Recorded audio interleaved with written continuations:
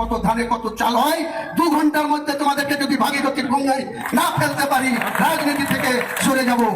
কত ধানে কত চাল হয়, 2 ঘন্টার মধ্যে তোমাদেরকে যদি ভাগীরথীর গঙ্গায় না ফেলতে পারি রাজনীতি থেকে সরে যাব। 70% আর 30% না না সনাতনী শব্দ কই, না না কাকে কাকে কাকে এবার মুখ্যমন্ত্রী কি বলছেন? কি বলছেন? কাকে ফেলবে? 2 ঘন্টার না না না আরে 2 ঘন্টার মধ্যে কাকে ফেলবে? সনাতনী শব্দ কই? এই যে সনাতনী বলে মিথ্যা অপপ্রচার চলছিল, হিন্দু মুসলমানের দাঙ্গারাগিরা চক্রান্ত চলছিল, সেটা ফাঁস হয়ে গেল। টুইট করা পুরো ভিডিওটা আনকাট আপনাদের দেখাবো, আনকাট দেখাবো। সময় ধৈর্য ধরে বসুন, ধৈর্য ধরে বসুন আর বলুন যে সনাতন বিরোধী কেন এত। রাজ্যের শাসক দল তৃণমূল অঙ্ক কষে খেলছেন, সনাতনী বলছে অঙ্ক কষে খেলছেন, অঙ্ক কষে খেলছেন, আপনারা ভোট ব্যাংক কাকে বলছে? এটা নির্লজ্জ পলিটিক্স, এটা নির্লজ্জ রাজনীতি করছেন। বেশ বেশ কাকে বলছে, কাকে বলছে, নামটা কই? আমি একটা কথা বলি, 30% মুর্শিদাবাদের মানুষকে বলছে, কারা 30%? আমি একটা কথা বলি অ্যাকচুয়ালি কি জানেন তো, মমতা বন্দ্যোপাধ্যায় সমস্ত ধর্মকে যতটা সম্মান দেন বিজেপি সেরকম দেন না। বিজেপি কয়েকটা ধর্মের প্রতি তাদের গাজালা। আমরা সম্মান দেওয়া দেখেছিলাম, আমরা সম্মান দেওয়ার ছবি দেখেছিলাম। তন্ময়দা অনিন্দাকে মনে করে দিয়ে আমরা সম্মান দেওয়ার ছবি দেখেছিলাম, সম্মান দেওয়ার ছবি দেখেছিলাম। মতুয়াদের ধর্মগুরুর নাম তিনি কি বলেছিলেন আমরা সম্মান দেওয়ার দেখেছিলাম। হরহর মহাদেবকে তিনি পুজো করতে গিয়েছিলেন, কিভাবে ফুলের মালা ছুড়ে দিয়েছিলেন আমরা সম্মান দেওয়া দেখেছিলাম।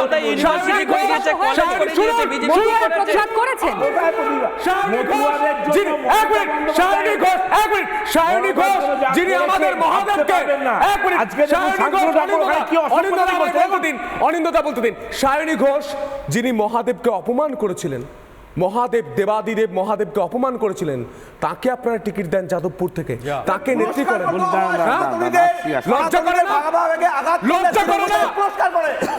আমি একটা কথা বলি, মমতা বন্দ্যোপাধ্যায় আজকে দেখবেন মুসলিমদের অনুষ্ঠানে আপনি সায়নী ঘোষের কথাটা বলুন না মশাই, কথাটা বলছেন। সায়নী ঘোষ অপমান করেছিলেন দেবাদিদেব মহাদেবকে। আপনি এত উত্তেজিত হওয়ার কিছু নাই। হুমায়ুন কবিরের কথা বলুন। আজকে প্রধানমন্ত্রী নরেন্দ্র মোদীর হাতে রক্তের দাগ, এই আপনি সায়নী ঘোষের কথা সেখানে নিয়ে গিয়ে যাচ্ছেন কেন? পাগড়ি পরে সায়নী ঘোষ পাগড়ি পরে দেবাদিদেব মহাদেবকে অপমান রান্না করতে করেছিলেন। হচ্ছে, মনে পড়ছে রান্না করতে হচ্ছে। আর সেই ছবিটাও দেখানো প্রয়োজন পড়বে।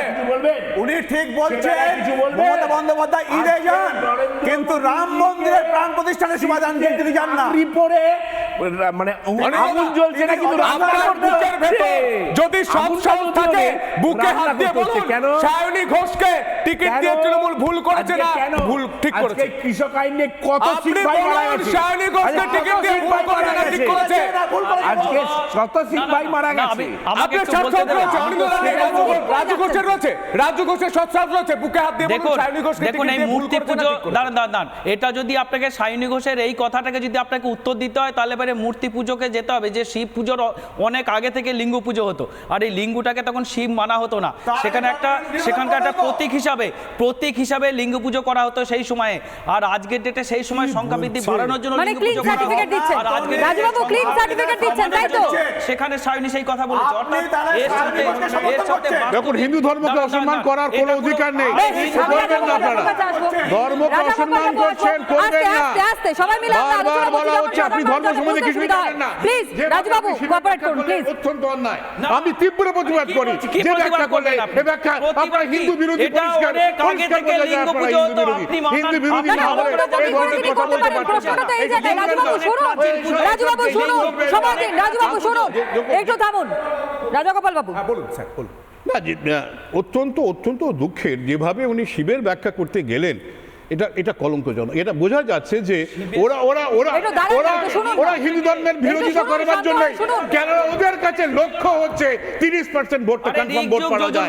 এই লক্ষ্য 30% ভোট কনফার্ম ভোট নেবার জন্য তারা হিন্দু ধর্মকে, ওরা নিজেরাও জানে না, যারা বলছে 30% কে গঙ্গার জলে মিশিয়ে দেবো, এই আক্রমণ যদি ভেসে আসে তখন ওনারাও থাকবেন কিনা তারা জানেন না।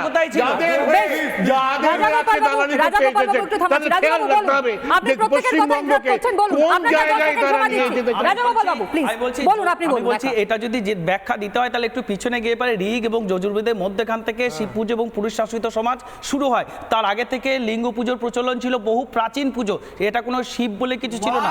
সংখ্যা বৃদ্ধি বাড়ানোর উদ্দেশ্যে বিভিন্ন পাহাড় পর্বতে গুফায় মানুষ যখন বসবাস করতো, জন্তুদের বিরুদ্ধে লড়াই করার জন্য তখন লিঙ্গ পুজোকে মানা হতো, কিন্তু এর সাথে শিবের কোনো সম্পর্ক নেই। সনাতনীরা শুনছে, কিছু তো লজ্জা করুন রাজুবাবু। সনাতনীরা শুনছে, বাংলাদেশের সনাতনীরা শুনছে। আমি তন্ময় দা কথা বলবো। তন্ময় দা বলবে। তন্ময় দা বলবে। আরে করে তো সেটা বলছি Please, তো, রাজু, please, ঋতুকের পরে এর আগে ছিল। এগুলো ঠিক এগুলো আছে, কাল্পনিক গল্প দিয়ে কাজ হয়। তন্ময় দা বলুন। আর সেখানে এগুলো পুরাণের, শিব পুরাণের গল্প বলছি। রাজুবাবু audio down করে দিন। সেখানে জন্ম নিরোধক করানো হচ্ছে আর তাকে প্রার্থী করা হচ্ছে। পুরাণটা Please. কাল্পনিক, পুরাণ ধরে বাস্তবিক মেলাতে যাবে আজকে না। মা কালীকে বলা হচ্ছে মা রাজুবাবু কালী প্লিজ, আমরা সবাই এখানে আলোচনার জন্য এসেছি, কোঅপারেট করুন। তন্ময় বাবু বলুন। আজকে প্রতিটা ক্ষেত্রে দেখুন, মা কালীর ক্ষেত্রে ওনাদেরই একজন সাংসদ মহুয়া মৈত্র বলেছেন তিনি নাকি মাংস আর অ্যালকোহল নেন। তারপরে একটা আপনি স্টেটমেন্ট পেয়েছেন তৃণমূলের কোন নেতার কাছ থেকে বা নেত্রীর কাছ থেকে যে তিনি ভুল বলেছেন, এরা ওরা সমর্থন করেন। যদি সনাতনীদের আমি এখানে আঘাত করা হয় আমি এখানে তন্ময় বাবু, একটা কথা বলি, আমি অনিন্দ্য একটা দা। কথা বলি। আমরা কালী পুজো করি, আমরা হিন্দু, আমরা মহাপ্রসাদ কালীঘাটের তোমরা মুখে করো। আপনি দাঁড়ান না, আসবো, আপনার সবাই interrupt বলবেন নয়, please। কালীঘাটের মহাপ্রসাদ আপনি বলুন। আপনাদের নরেন্দ্র মোদী আছেন তো, নরেন্দ্র মোদীজি উনি হিন্দু তো, কালী ভক্ত তো, বলুন মহাপ্রসাদ খেতে বলবেন, খেতে পারবেন? কালীঘাটের মহাপ্রসাদ খেতে বলুন। এখন মা কালীকে অপমান, মা কালীর সম্বন্ধে হিন্দুদের আঘাত করে এখন কথা বলছো। বলুন আগে বলুন উনি হিন্দু তো, প্রথম কথা উনি হিন্দু হলো- কিনা, হ্যাঁ কিনা বলুন। বলুন কালীঘাটের মহাপ্রসাদ খাবেন কিনা? খাওয়াতে পারবেন? সময় একদম শেষ আমাদের কাছে, আলোচনার সময় আমাদের কাছে একদম শেষ, আর সময় নেই। এখানে আমাদের ডিবেট শেষ করতে হচ্ছে, কিন্তু একটা বিষয় এখানে উত্থাপিত হচ্ছে, এই যে ধর্ম নিয়ে কার্যত রাজনীতি করা হচ্ছে, সেটাই বা কেন করা হচ্ছে? যে কোনো রাজনৈতিক দলের সমর্থকেরা তারা যে কোনো রাজনৈতিক দলকে সমর্থন করতে পারেন, কিন্তু এখানেও কেন কার্যত এই ধর্মকে নিয়ে আসা হচ্ছে কেবলমাত্র ভোট ব্যাংক বাড়ানোর জন্য, একটা নির্দিষ্ট সম্প্রদায়কে নিজেদের কুক্ষিগত করবার জন্য বা সেই ভোট ব্যাংক বাড়ানোর জন্য। সন্তু, এই মুহূর্তে তা আবার ভোটের আবহের মধ্যে এটা কিন্তু অত্যন্ত প্রাসঙ্গিক একটা বিষয় হয়ে দাঁড়াচ্ছে। অঙ্ক কষে তিনি ভোট ব্যাংকের কথা বলছেন, অঙ্ক কষে তিনি ভোট ব্যাংকের জন্য এই কথা বলছেন, কিন্তু বাংলার সাধু সন্তরা, দেশের সাধু সন্তরা বলছেন সনাতনীরা আসো, আরো বেঁধে বেঁধে থাকি। সনাতনীদের এবার কথা বলার সময় এসেছে। চুপ, স্পিক নট, সেকুলারিজম এটা চলবে না।